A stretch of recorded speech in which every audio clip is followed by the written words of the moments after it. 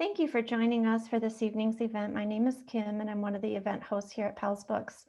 Before we begin, I want to encourage you to check out our lineup of upcoming events by visiting our website, pals.com. One of the many events we're looking forward to is record-setting American-British explorer and mountaineer Vanessa O'Brien in conversation with Phil Powers about her new book, To the Greatest Heights. That event is this Thursday, the 1st. If you don't already do so, please consider following us on Twitter, Facebook, and Instagram. Tonight, we are so excited to welcome Brian David Johnson and Cory Doctorow.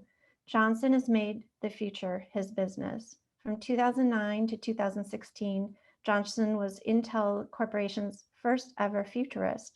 Currently, he is a professor at Arizona State University's Global Futures Laboratory and School for the Future of Innovation in Society. He also works in a private practice with a broad range of groups, including governments, militaries, corporations, academics, nonprofits, and startups. In his new book, The Future You, Johnson lays out a series of pragmatic steps to help you better understand the present and to actually envision your tomorrow. Joining Johnson in conversation this evening is Cory Doctorow. Doctorow is a science fiction author, activist, and journalist.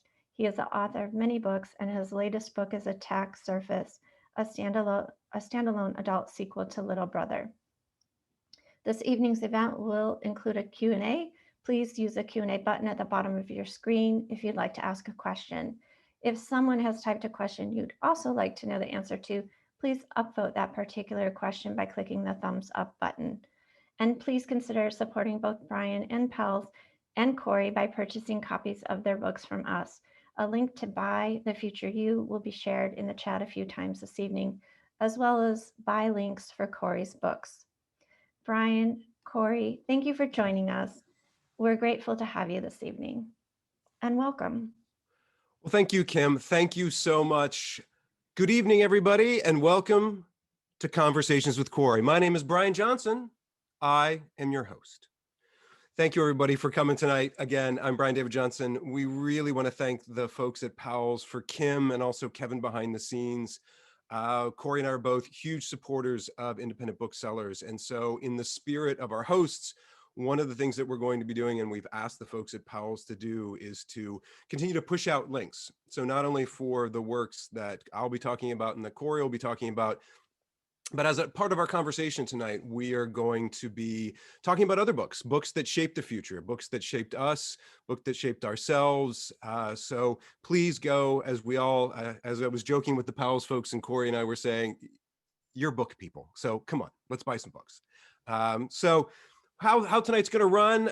Certainly we're here to talk about, I should do this. We're here to talk about my new, my book that was just released, The Future You, and I'll talk a little bit about that, but I thought it'd be a lot of fun to bring my collaborator and my friend and my colleague, Cory Doctorow, along with me. We've done a couple of these conversations before, and I've asked him to also talk about his books a little bit more than we normally would.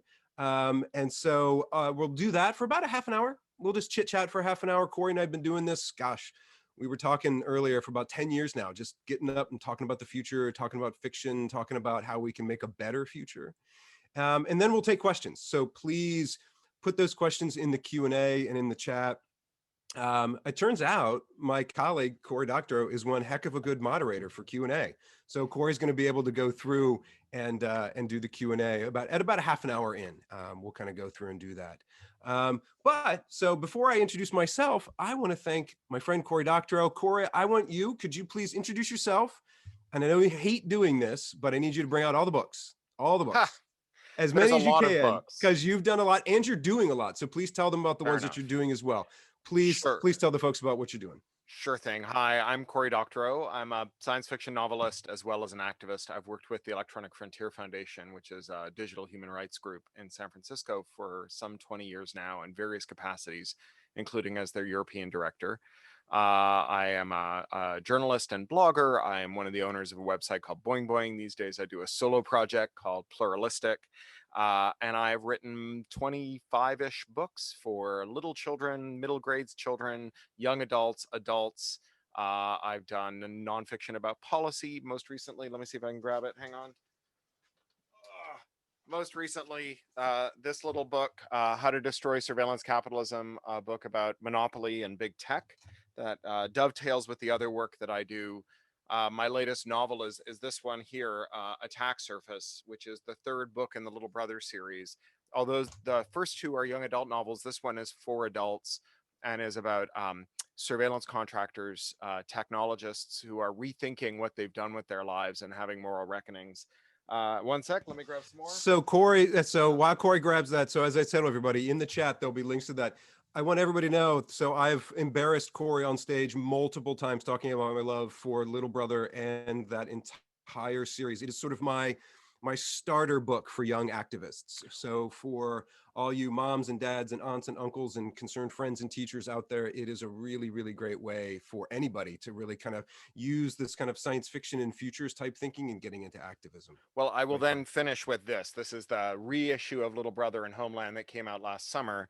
And it comes with an introduction by Edward Snowden, who actually took one of the books with him. If you look in the documentary, you can see that as he's leaving Hong Kong and grabbing his go bag so he can go underground with his fate as yet unknown, he grabs Homeland and sticks it in his go bag with him.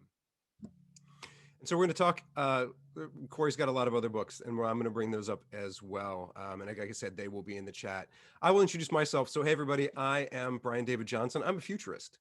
I work with organizations to look 10 years out into the future. I model both positive and negative futures. And then as an applied futurist, I turn around and look backwards and say, okay, what are the steps that these organizations and the individuals need to take today, tomorrow, 5 years from now to move towards that positive future and away from the negative future?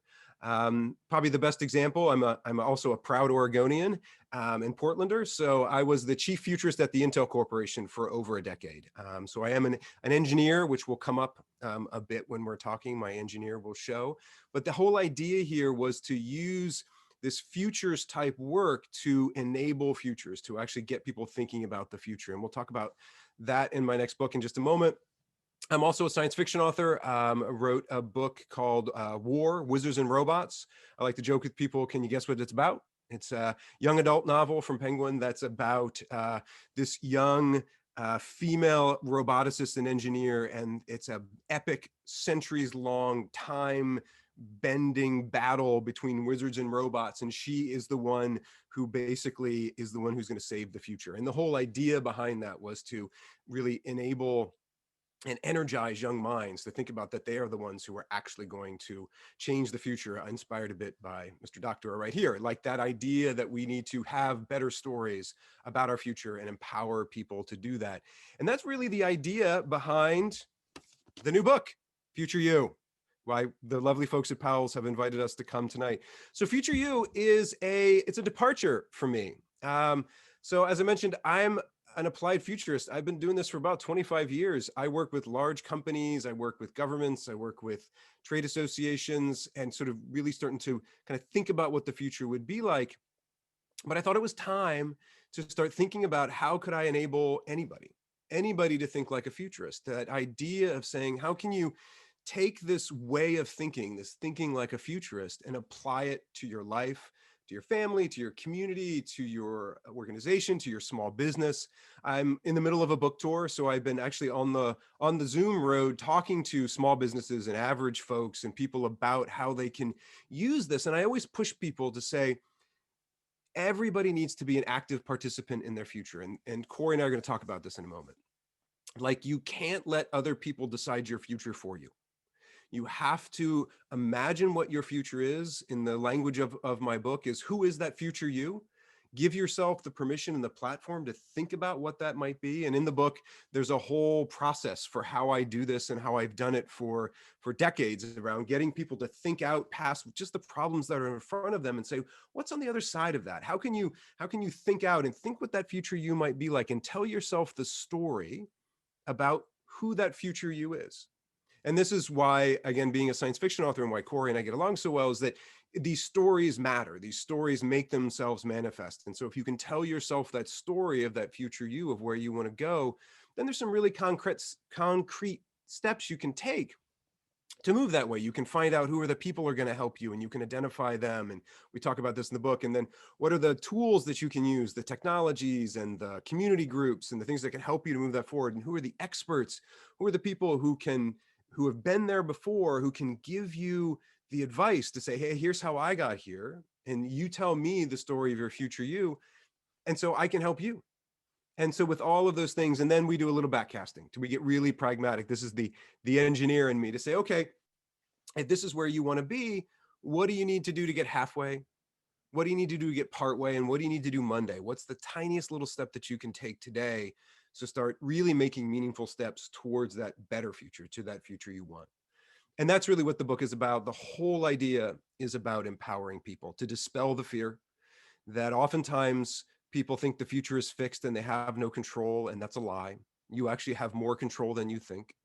And to really basically own that control for yourself, for your family, for your community, to be able to say, okay, how do we then start to change that future? And here's a platform and a way and a process of thinking about doing that.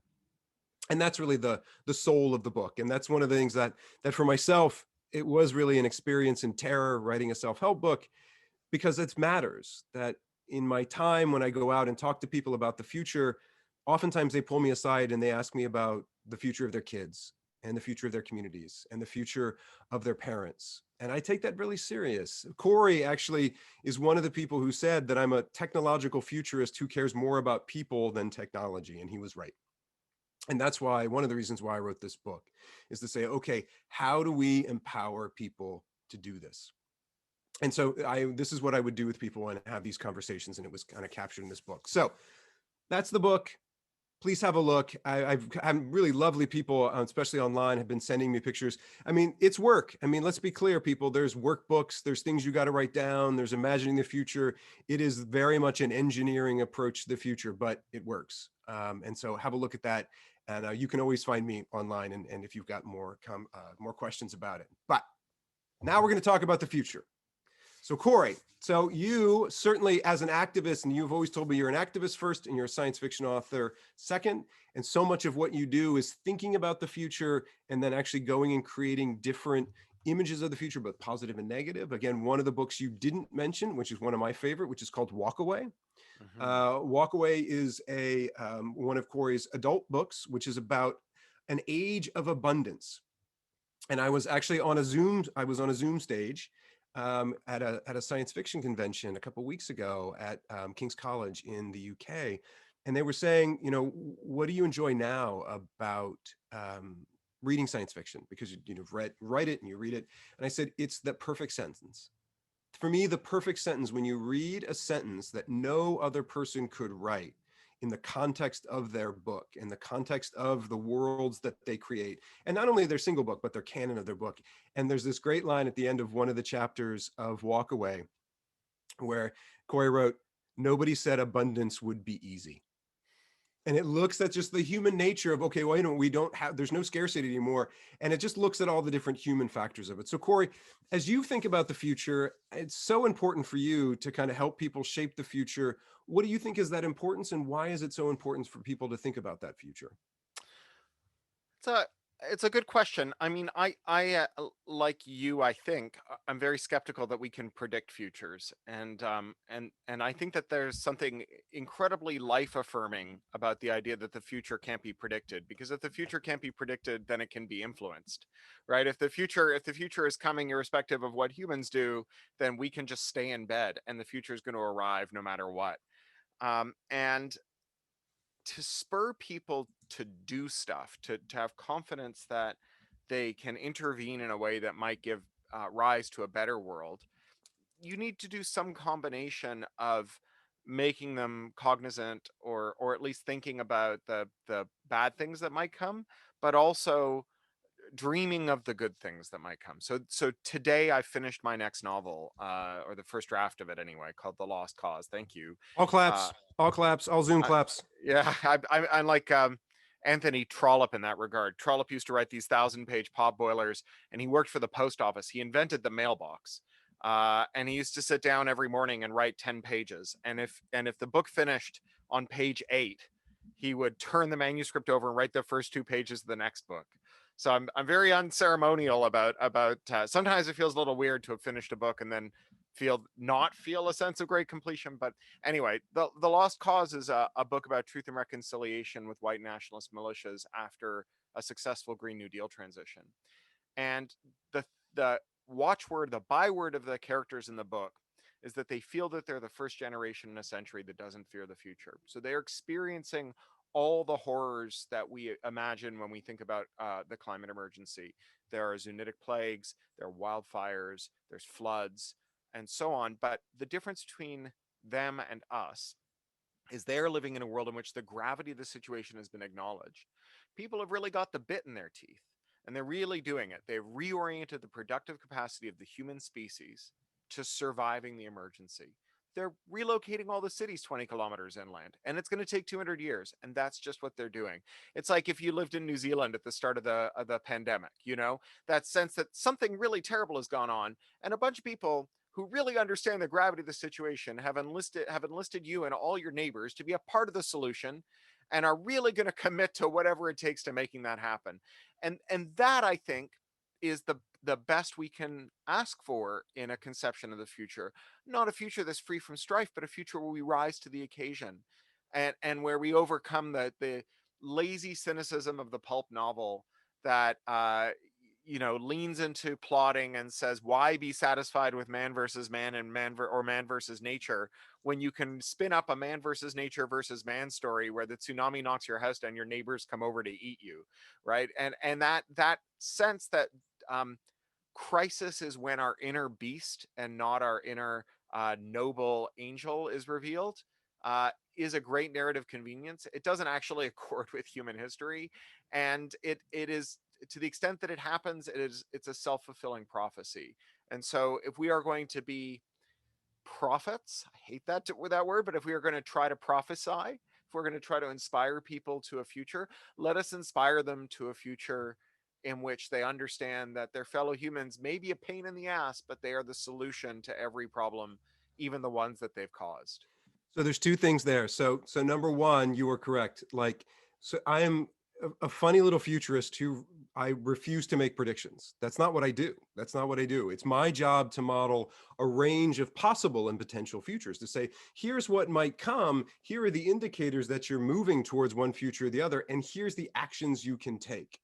And so you're right. I think that's it. But then here's the other thing. And I always have to call this out because it's documented in time.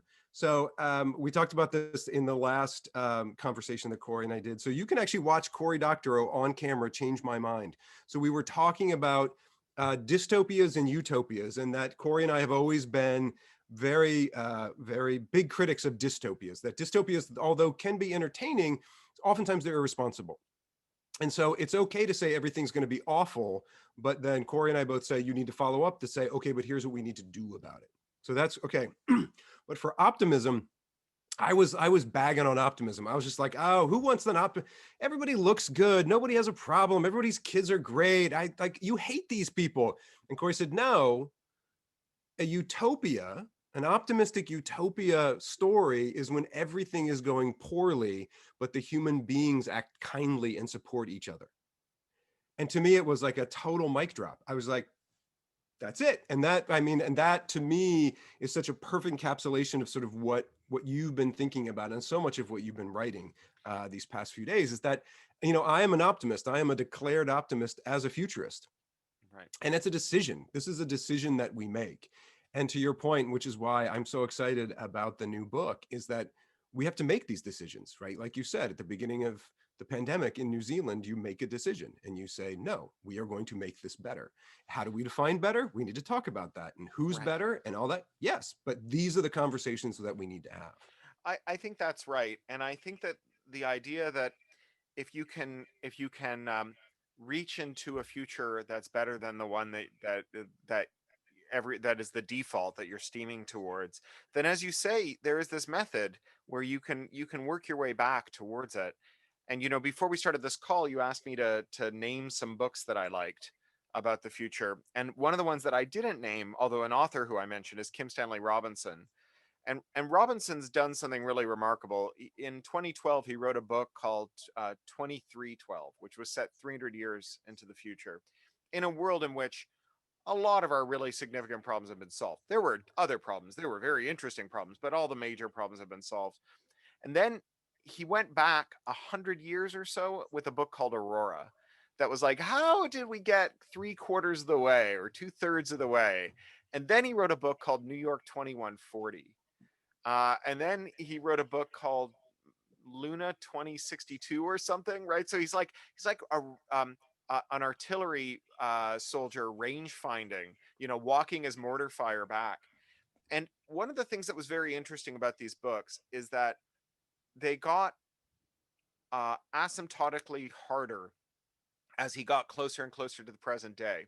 That it was you have so much wiggle room when you think about what might happen in 20 years, because there's so many paths you can take to get to somewhere great in 20 years.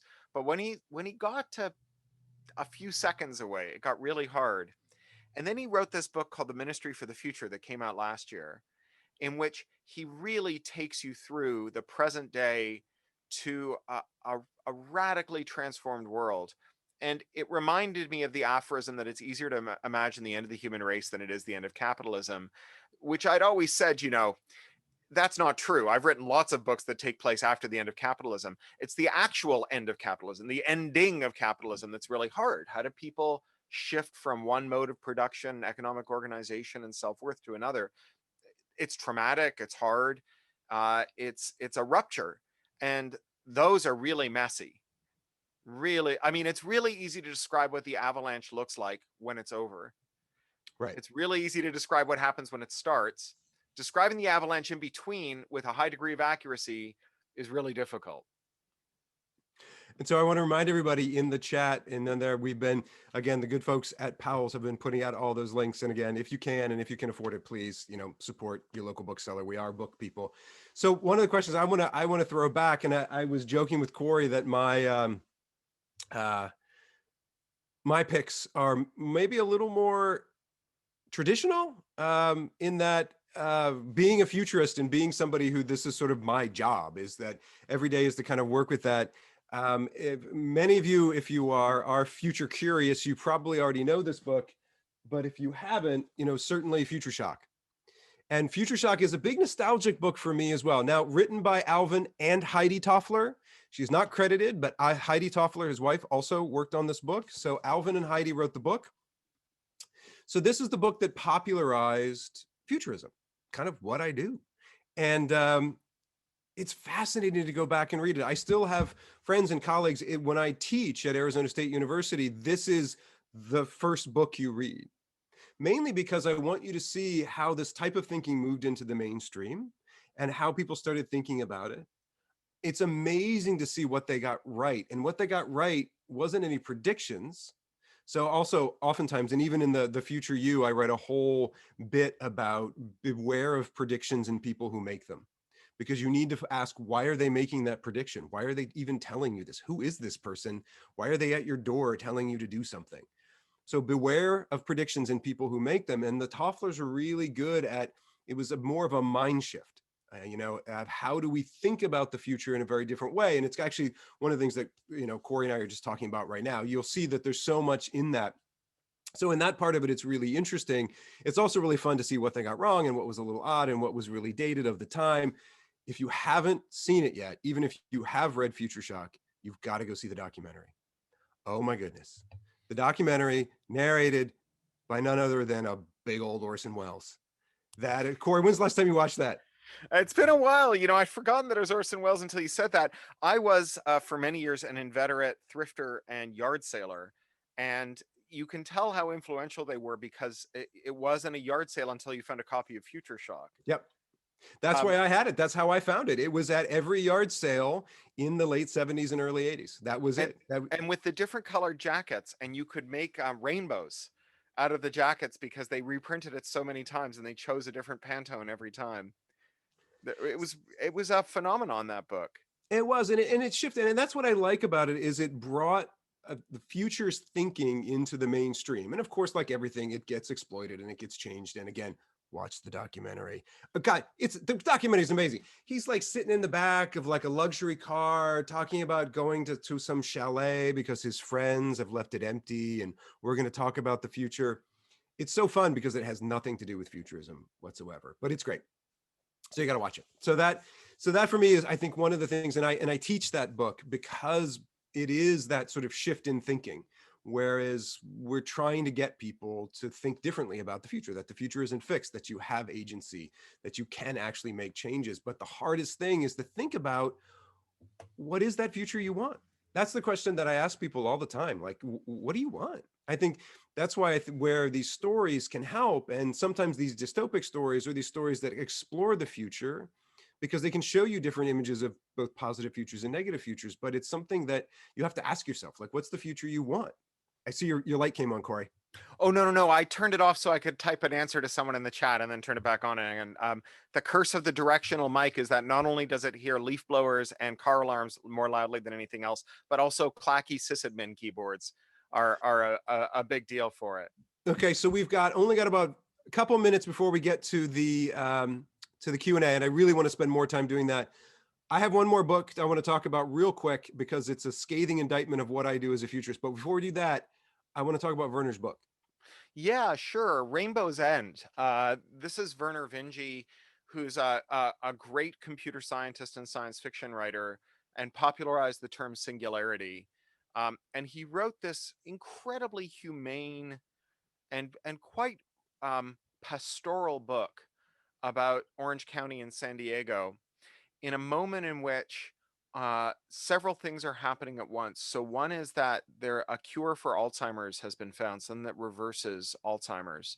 And there is a phenomenon where people with profound dementia sometimes at the very end seem to recover all of their faculties, and it's not very well understood. And so something like that, whatever it is that wakes up in that moment, is awakened.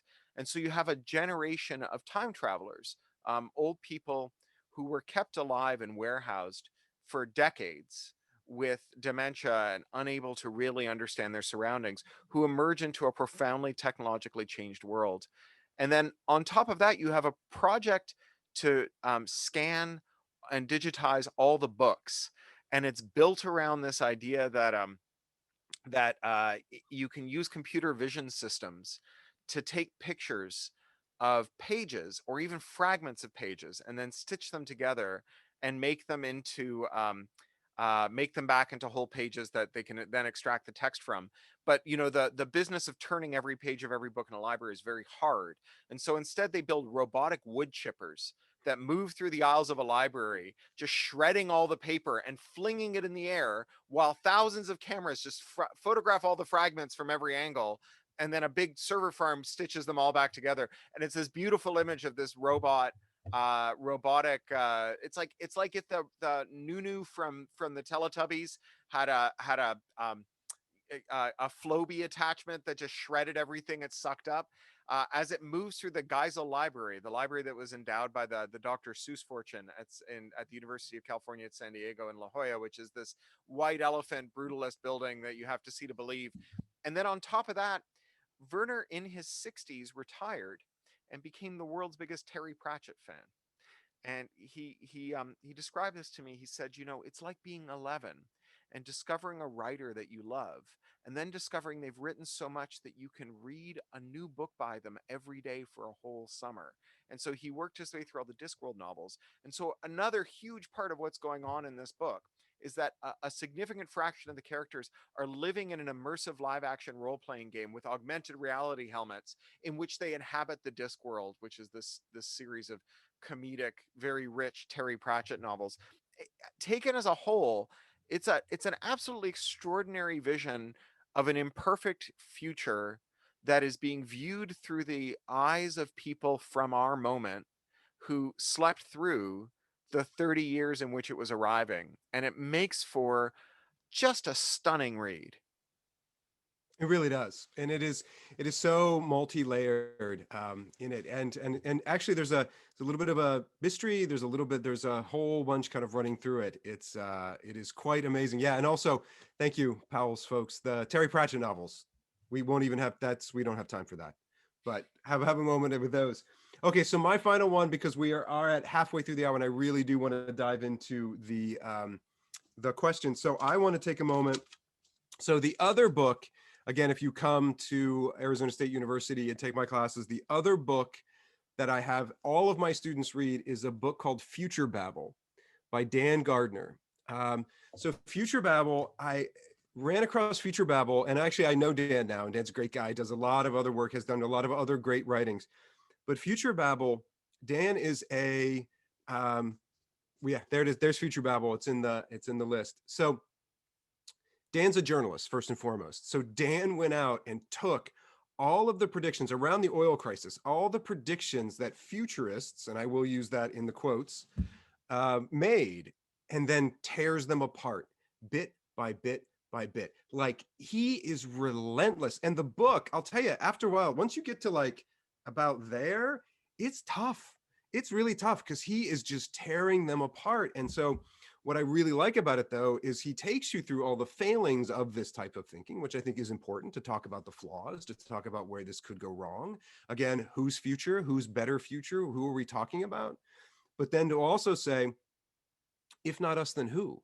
So you still have to do it. So, and this is again, with this sort of next generation of folks who I work with, of saying, well, what do we do? Like, how do you then approach this in the face of this monumental failure that is incredibly documented by Dan Gardner? What do you do? And at the end, he really comes with some very, very simple guidance of saying that when you approach this, you need to approach it with humility. That as you're thinking about the future, and it goes, I think, back to what Cory was saying, is that idea that we're not predicting the future, that the future is messy. It kind of goes back to even Werner's book. It's just messy. We don't know everything, but you can approach it with a humility to say, well, at least we're going to try. At least we're going to make an attempt to start taking control of that future. And then he follows it up very quickly with something that I think is incredibly important. We actually really haven't talked about now, is that the future is about people. That the future ultimately is about people. Everything we do is about people. It begins with people and it ends with people. And there's technologies and stuff and things and processes and procedures in between it, but it's about people. And so understanding that your future is intensely local, that your future lives outside your door. Your future isn't all over the place. And granted, from an activist standpoint, there is actions that you could take, but to not forget that the future happens where you are. And there's a great quote that is actually in the Future You book, is that I interview a colleague of ours by the name of Douglas Rushkoff, who's written this great a Medium article called Survival of the Richest, I believe, Cory, I think that's what it's called, around these hedge fund managers that want him to come in and talk about the end of the world. And Cory and I have talked about this a bit, where it's awful. It's awful. It's terrible. And what he says in the book, in the Future You, is he ends this existential threat chapter. It's chapter 7. I wrote it before COVID. It's this existential threat about war and famine and plague. And what Doug says is, you know what? If you want to survive the apocalypse, get to know your neighbor. Like, get to know the people around you. Like, these are the people who are going to save you. This is what we have to do. And I think this is where so much of how we start to build our futures, where that starts from. And I think that idea in Future Babble, and that idea sort of echoed in all of our conversations tonight, is the important part, that understand that it's about people, that people have that agency to make change. Yeah, I'm just trying to find a reference to it here so I can paste it into the chat. There's a talk that Charlie Strauss did. Here it is, in 2018 at the Chaos Communications Congress. He's a great old science fiction writer and a colleague and collaborator of mine. Charlie talks about the idea that if you want to think about the future in 10 or 20 years, that about 90% of it is here. That 90% of the buildings that will be built in 20 years are here. 90% of the people who will be alive in 20 years are alive. 70% of the cars, or maybe 60% of the cars that will be on the road, are on the road today. And so much of the future is set in stone, or at least is predictable. And it's in flight. Yeah, it's in flight. Set in flight. It's what much of the future is heavily prefigured. And then we've got like 10% to play with, right? And that's a lot of room, 10%. It's not everything, but the future is not going to be one in which whole cities are razed. So someone in here, moving on to the questions here, Kurt Gardner asks, what's your take on Portland's future near and long term? And, you know, the first thing to know about Portland in 10 years is it will look an awful lot like Portland today. The vehicles, the people, the buildings, the businesses will be really similar in many ways. And yet there will be a 10% that is completely different. I'd like to know what you think it'll be. I'm again, being the proud Portlander, and I talk about this all the time. So I go out, I spend a lot of time on the road. I spend a lot of time talking to people. I do a lot of work actually in smart cities and civic planning. I do work with large architectural firms who build like the airport in Dubai, like people who like build like massive things. And then they find out where I'm from because I'm very proud of it. And they're like, oh, you're from Portland, where they build bridges that they don't let cars on. And I look back at them and go, yeah, because that's a decision that we make. We make a decision as a city that we do that. And so part of what I get back to, and I think Portland's a great example, you know, there are decisions. Now, again, no cities are perfect. Certainly we have massive problems, don't get me wrong, but you can begin to see cities make decisions about who they want to be. And it really does confound people. Like you could talk to people in Dallas about the Tillicum Crossing and they don't get it at all. And so it's really interesting to kind of watch that the cities do have the ability to shape their own future. I like to, you know, again, I don't think we know what the far future of Portland is, but I can tell you what I think it should be, and it should be similar to the futures that I think of for our major cities, which is that they're going to have to be more dense and more humane, oriented around moving people who are fleeing things like wildfires, and also people who are voluntarily drawing down their occupation of land that should be habitat. Uh, if the city is smart, I hope that the city will be the thing that we sense and not the people. So in other words, the city will know about itself. It will know when there's seats on the bus, and it will know when there's a seat on the train, and it will know when there's a bathroom that's out of order, and it will know when there's a short line at a restaurant. And your device will have all that information. You won't ask a server to tell you, you know, to follow you around and know all the things about you so that it can suggest that you go to the toilet. Instead, you'll have a device that knows about you, that never tells anyone what it knows about you, and instead asks the environment for cues about its capacities, so that the people are treated not as things in the Internet of Things, that they're treated as people, and the things remain the things, that we are sensors and not things to be sensed. And then lastly, I hope that we orient our economy around making sure that people's productive capacity is used and not wasted, that we don't maintain the fiction that if the spreadsheet says that there's no way for you to do a job that someone would benefit from, that we listen to the spreadsheet instead of to you and the person who needs the work done, and that we find the way to bridge the fiscal and the monetary, so that we don't end up in these weird boondoggles where it's like it's like some weird kind of Soviet version of capitalism, where the rule says, you know, the debt ceiling rule says we can't give you a job even though there's a job that needs to be done and you want to do it. Yeah, and I think as you go through, and Cory, I'll just add to that, and you can find who our next question should be, is that especially over the next 10 years, there is a constellation of technologies that we are watching come online. So everything from, again, Internet of Things, again, things, these are machines, industrial Internet of Things, smart cities, artificial intelligence, robotics, autonomy in land, sea, and air, and also digital autonomy. We know all of this is coming. Like this is coming, going back to Charlie Strauss, like we know. But we have to actually start asking ourselves, so what does that mean? How do we keep human beings at the center of that? And how do we radically reevaluate how we value human labor, how we value humans? This is one of the things that I think when we're not keeping humans at the center, this is not good for any of us. This is a big problem. This goes back to, I think, what Cory was saying around spreadsheets, but I think it is so much bigger. Like when it's about, because people talk about technology and the tools, and this is what they're going to do. It's just a hammer. A hammer is just a hammer. Don't give the technology agency. Actually keep it about the people, and actually keep it about the care and maintenance of the people, because there's quite a bit of that we still need to do. You've just reminded me. I'm just looking up his name here because I only know his YouTube name. There's a YouTuber and economist called the Cowboy Economist. He teaches in Texas, but he talks about people who say, well, if you could solve that, but you couldn't use a market to solve it, and therefore we're not going to solve it. He's like, that's like meeting a carpenter who says, you know, I'm a screwdriver carpenter. I don't use hammers. If you can't screw it together, I don't want to screw it together. It doesn't belong together. That would be unnatural. So we have a sort of trio or quartet of related questions from Christopher DeFonso and Glenn Anderson and Christopher DeFonso and Glenn Anderson, which basically revolve around the last year and the chaos and the misinformation and the role that machine learning and algorithmic amplification played, and whether we have a choice but to enter into a world in which hoaxes become more common. It becomes harder to distinguish truth from fiction, truth from hoax, and in which we become unmoored from a kind of common reality. And what will that mean for our future?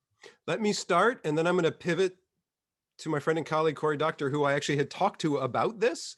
So in my threat casting lab at Arizona State University, we have done, and if you want to, it is threatcasting.asu.edu is our lab's website. So we do a lot of work for the United States government and military. We do work for trade associations, also the state of Arizona and the state of Oregon.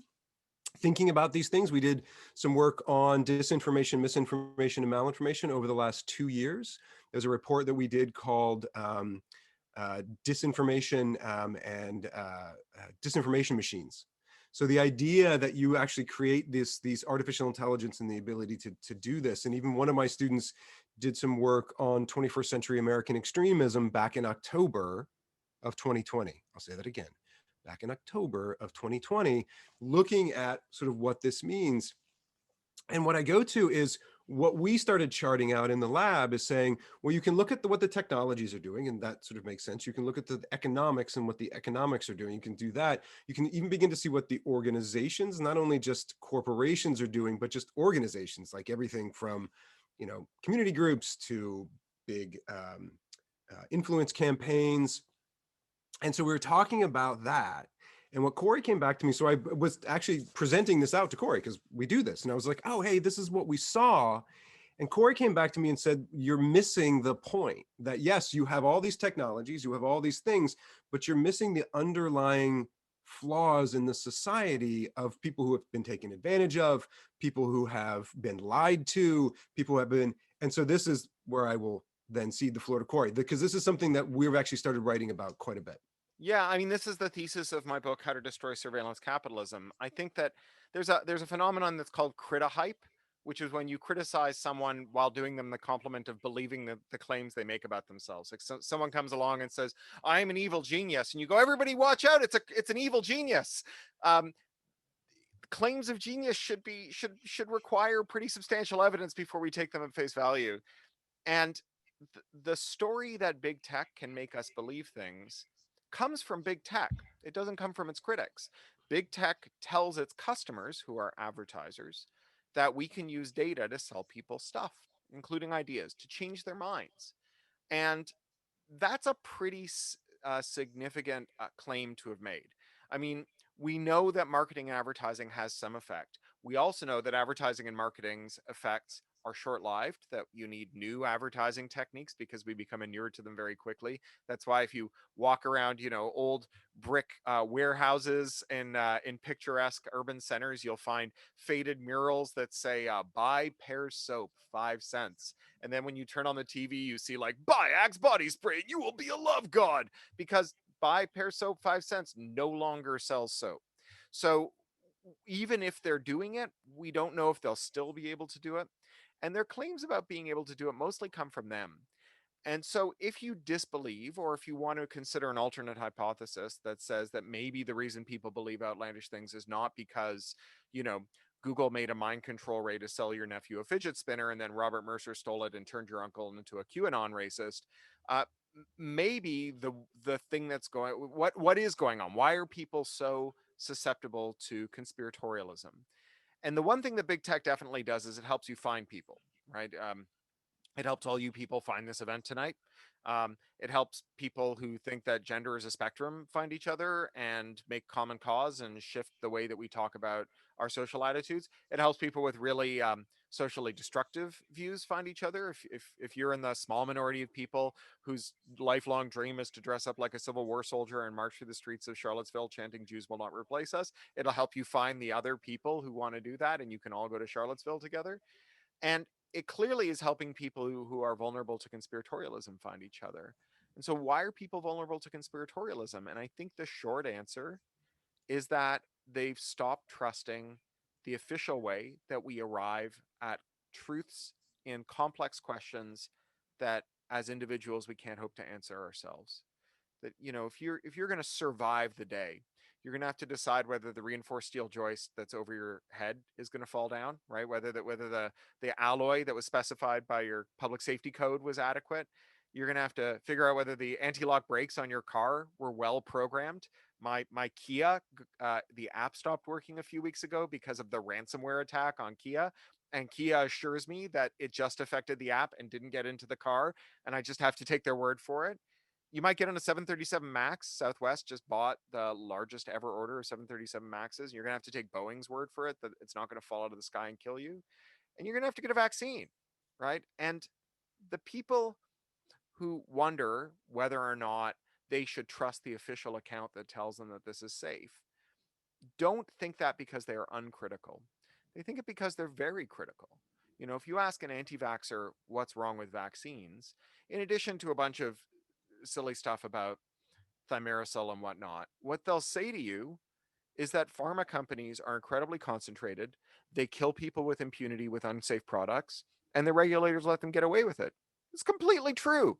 From Vioxx to the opioid crisis, there are millionaires and billionaires walking around out there who got rich killing people with bad pharma. And they did it on the watch of regulators who never paid a significant penalty for failing to stop them.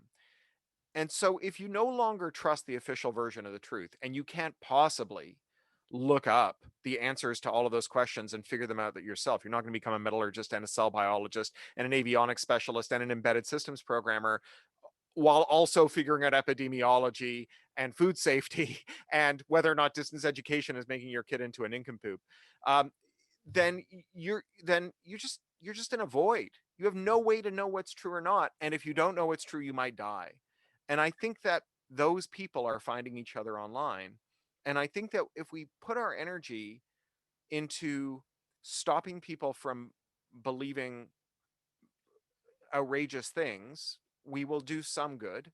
But if we put our energy, or at least the preponderance of energy, into making it so that outrageous things don't seem so outrageous, or seem too outrageous, rather, that the official truth, the process by which we figure out whether or not something is safe and good, is credible and honorable, then we won't have to do nearly so much firefighting with the people who believe the outlandish things because they no longer trust the system. And if the folks behind the scenes, I know that Shankar Vedantam has also just come out with a book of understanding sort of why people, it's not about the lie, it's about why. It's about what goes on behind it, which I think is just incredibly, incredibly powerful. So Cory, I know we've got about 10 more minutes. Yeah, let me find a good question here. What is the greatest threat to humanity's survival? That's from Joshua Waldman.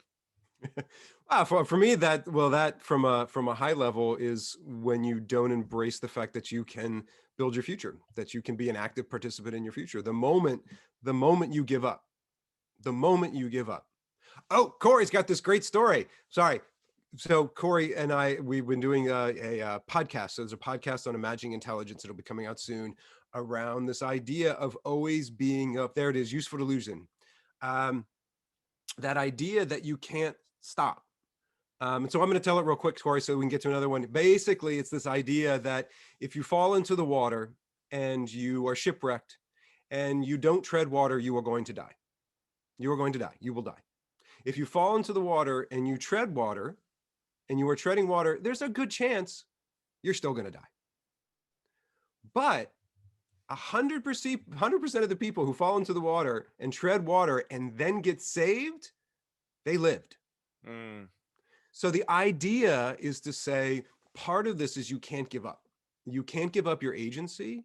And I think this is one of the things that I find very insidious, and I've written about this multiple times, is that when we know that these forces are going on and we actually sort of give up our agency, we give up the ability to do it, and we say, oh, this future is now set, that to me, you stopped treading water. And 100% of the people who stop treading water. That's great. Yeah, thank you. Anonymous attendee takes note of the fact that and is comforted by the fact that we are surrounded by a lot of junk, pressed wood pulp that has been defaced with metallic inks, and other stuff too, and asks whether the future will dematerialize. Are we still going to have stuff, or are we going to? Is it all going to be digital? Is it going to be cryptocurrency? Is it going to be a minimalist kind of rollerball future where all you need is a single dirt shedding white jumpsuit and a 3D printer? Well, I'll give you my short answer because we only have 9 minutes, is that, I do 10 years out, and people like stuff. People are stuff. People are made of stuff. And so we are seeing our lives move more and more towards digitization, for sure. But this idea that it all of a sudden hits a toggle point where it all goes away and there's not a big poof where it's all gone, I think the future is far more messy, where it will still be messy, both figuratively and literally, as we move through, but we will be seeing more and more moving towards where we actually do have less stuff. Yeah, I just looking up another reference to paste into the chat here. You mentioned my book Walk Away, and I was very influenced by these podcasters out of Vancouver, BC, called the Seriously Wrong podcast. They did a series on something they called library socialism, which I called a vision of circulating abundance. So one thing we know about technology is it does dematerialize objects. They still may be around, but they embody a lot less energy, material, and labor as a matter of course. There's a great study by a couple of Bank of Canada economists whose spouses got tired of them collecting IKEA catalogs and insisted they use them for something. So they did a study to see what the predictors were of a single SKU remaining stable in the IKEA catalog over time.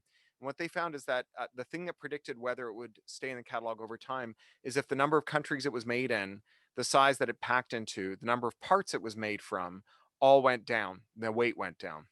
So if you have two Billy bookcases and one is 20 years old and one is 1 year old, they will look identical. They'll probably have identical load-bearing characteristics, but the second one, the new one, will embody a tiny fraction of the labor, materials, and energy that was involved in making that first one. And so the dematerialization of the world does not mean that you don't have stuff. It means that your stuff is made of less stuff.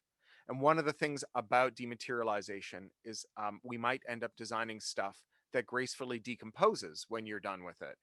The crisis of a plastic bag is not that plastic lasts forever, it's that you only use it once. There are lots of things that we want to last forever. Making them out of materials that last forever is a great idea.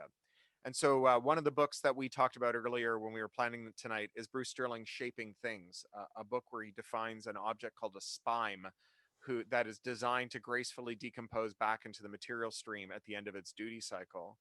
And then the thing about a networked future is that networks make it really easy to coordinate stuff.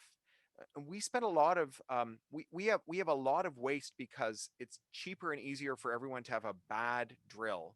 I have a really bad drill in the drawer next to me. Most people have a bad drill because most people only need to make 2 holes a year. And so everyone's got a bad drill. And that's cheaper and easier than figuring out where the good drill is. If your neighborhood just has enough good drills that whenever you need a good drill, you can find one in a couple of minutes. And so we have a worse quality of life than we would if there was a library that was easy to get to, where you could get a really good Makita on demand, and then you wouldn't have to charge it, store it, do anything with it if it were in sort of public ownership. So this is what they call library socialism, the circulating abundance world. And it exposes the idea that the choice between, the Marie Kondo future where all you own is a single smooth river rock that reminds you of your mother, and this thing that I live in now is a false dichotomy, right? That you could have the simplicity and joy of a Kondoized life without sacrificing the material culture that is also so soothing. So Cory, let's try to do one lightning round, Yeah. one more question, and then we'll turn it back over to Kim and the folks at Powell's to wrap us up. Indeed.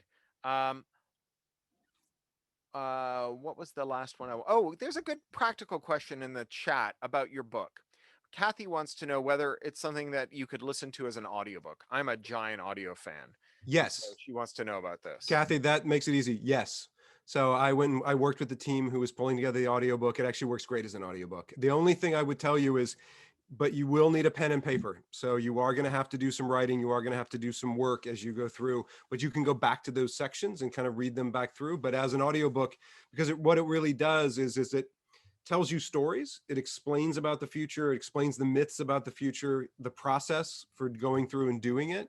And then it tells you stories of other people who have gone through. They're anonymized stories. They're not giving away anybody's personally identifiable information, but I'm kind of got their permission to tell these stories. But then you will want to go back and jump back to it because there are these very specific, they're called quick questions that kind of really gets you to go through and start answering those questions to get really specific. Again, that's the engineer inside of me, really getting you specific to document that future and then really start taking those concrete steps to And get if there. you love audiobooks, you should know that there's an alternative to Audible, which is owned by Amazon and has mandatory DRM and has just been caught stealing hundreds of millions, at least tens of millions, if not hundreds of millions of dollars from independent creators through funny accounting. There's an alternative called Libro.fm that is Yeah. a small firm that works with your local bookstore. I think Powell's is probably an affiliate of them. You tell them who your local bookstore is, and then you go in and you showroom a book, you pick it up, you read it, you think this looks very good, I should get the audio, and you go home, you buy the audio, and the bookstore gets a commission. And they come as MP3s, so not only can you load them onto your phone, I have a little underwater MP3 player, and I swim across the street in the lap pool here in Burbank every day, and I get through 2 novels a month that way. There we go. The good folks at Powell's put it there. Well, listen, first off, I want to thank Cory. Thank you so much. I love it when we do this. Thank you so much. I can't wait till we do it again. Thank you so much for coming out and helping me with my book launch and having this conversation. So thank you, Cory. Thank you, Brian, and thanks to the folks at Powell's. I can't wait to come back and see you all. It's been too long. I know, Kim. So thank you so much for having us. Thanks. As you know, you are the reason, one of the reasons why I live in Portland, Oregon. So thank you so much for having both of us back. We can't wait to see you again, and we'll let you finish this out. Thank you, Brian and Cory, and thanks to everyone in the audience for tuning in this evening. Please consider purchasing a copy of Brian's new book by visiting us at pals.com. And while there, be sure to check out our lineup of upcoming virtual events. We look forward to seeing you at another one soon. Brian, Cory, thanks again. It was such a pleasure. Good night, everybody. Good night, everybody. Nice to see you, Brian. Nice to see you, Cory. Take care. Cheers. Bye.